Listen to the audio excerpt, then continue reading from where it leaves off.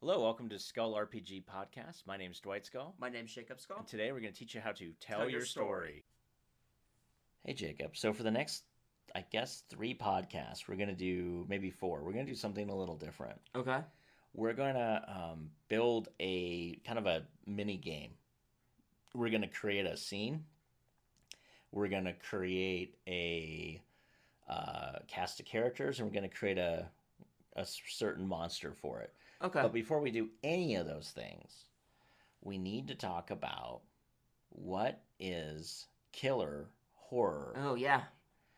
So, do you want to tackle what killer horror is? Yeah, so killer horror is very, very similar to a lot of horror, and it's just more or less you have a monster that you can't kill and you can't harm chasing you down and further whittling at your resources to the point where you're helpless. So, what kind of movies would this be? This would be like a Texas Chainsaw Massacre. You would have Scream would be that way. You had Jason. So, Friday the 13th and Friday Halloween. the 13th, yeah. So, these things where you have these monsters that are picking people off one by one. And Scream, of course, being the quintessential horror parody, but not as much parody as still horror. Mm-hmm.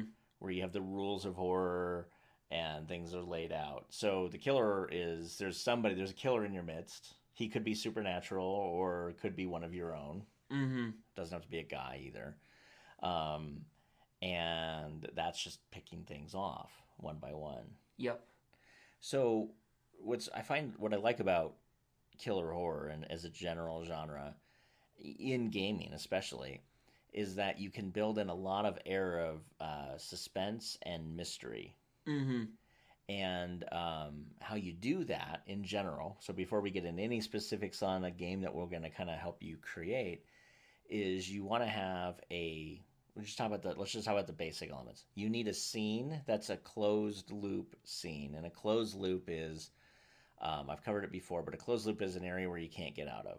Yep.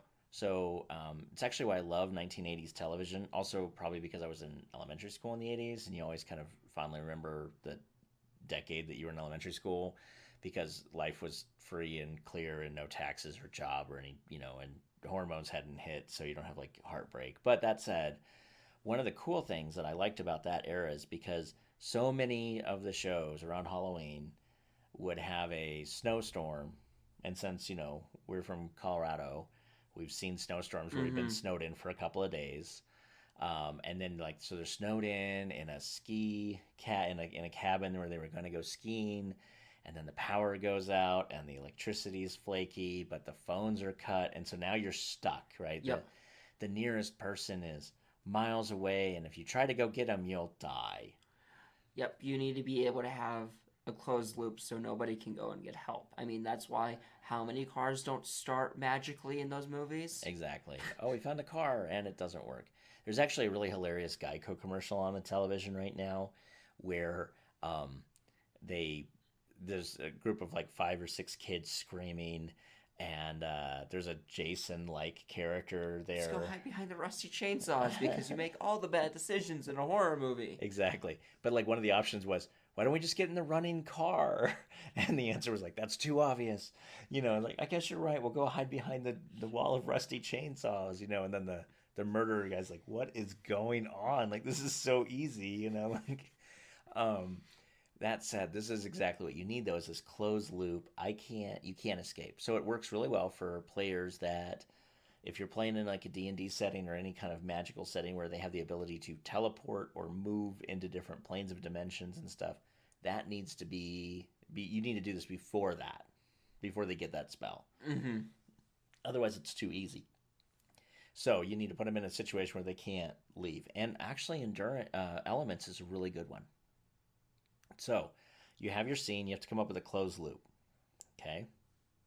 The next thing you need is a killer.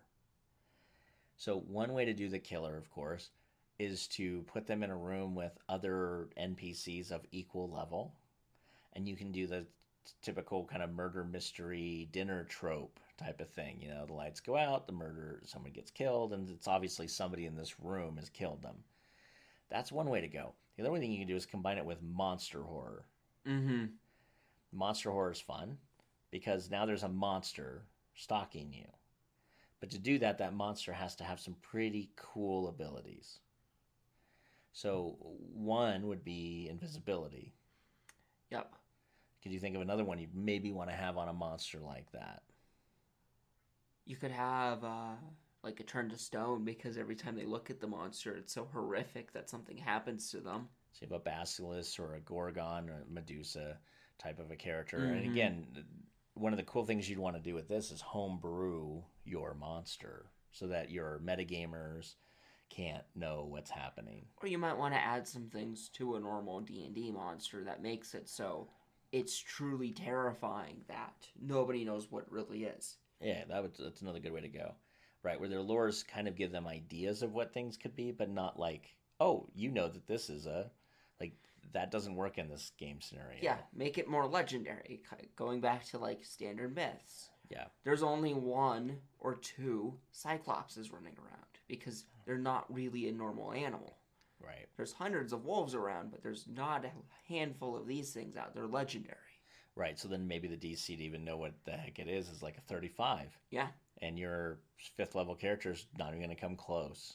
Mm-hmm. I mean, and they can look at they might know you could give them a list of monsters it could be. Like, you know that there are monsters that turn things to stone, like this, and this. But none of these seem to fit what you know. And we're done. We move on. It has similar traits, but it's not it. Exactly. Close, but no cigar. It could be a basilisk, except that this thing looked like it used the door. Oh, well, I guess a gorgon or a Medusa is still up for grabs. Yeah, I guess it could be. But you haven't heard any snakes, and you haven't seen any other like things that would make you think that. Mm-hmm. Because typically, it's got the body of a snake at the bottom, and you haven't seen any kind of slithering trails anywhere. It looks like there's footsteps, so I guess it's not a gorgon either. I wonder what it is. Yeah, okay, well, you don't know yet. Let's keep going. Yep. So you got your monster, you got your scene, and then the last thing you need is you need a cast of NPCs that look and act very suspicious. So what you want to do there, if you're going to do this, I would make it like a 3 or a 4 game session, so like a month or 2. Mm-hmm. And I would just basically quickly craft a bunch of NPCs. I'd give them motives and I'd give them abilities that would allow them to basically be able to emulate one of the things that the monster can do, but not all of the things the monster can do. So maybe there's a wizard there who is absolutely renowned for mind control illusionary spells.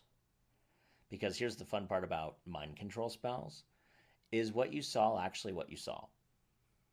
How would you know? Yep. And that's the fun part about it. And you can actually, this is an interesting concept that we did in a Knights Black Agents game. I'm going to throw it out here just as an example of what you could do in a D&D. It's a little unfair, but if you get your players buy-in just for this one session to do things just a little unorthodox, I think it could work really well. Where you tell the story just a little bit backwards. So it's kind of like, oh, then you guys go into a dinner party. I remember Cool. this. And then you go, I won't do that exact one, but like, oh, you guys go to a dinner party. Cool. It's like, okay, you wake up the next morning. Let's find out what you all remember. And instead of playing out the dinner party, you do a couple of rolls, and then you tell them what they remember from the night before. And this allows you to cloud their judgment, influence their opinions, and change their minds on stuff without them actually knowing what really happened. As opposed to, then you see the crazy monster, and it looks like this, and it jumped out, and then all of you make a will save. Okay, you failed the will, you don't remember this the next morning. Well, of course the players are going to remember it because they heard it. Mm-hmm. Going the backwards route allows you to actually play with the concept that maybe the monster is messing with people's minds.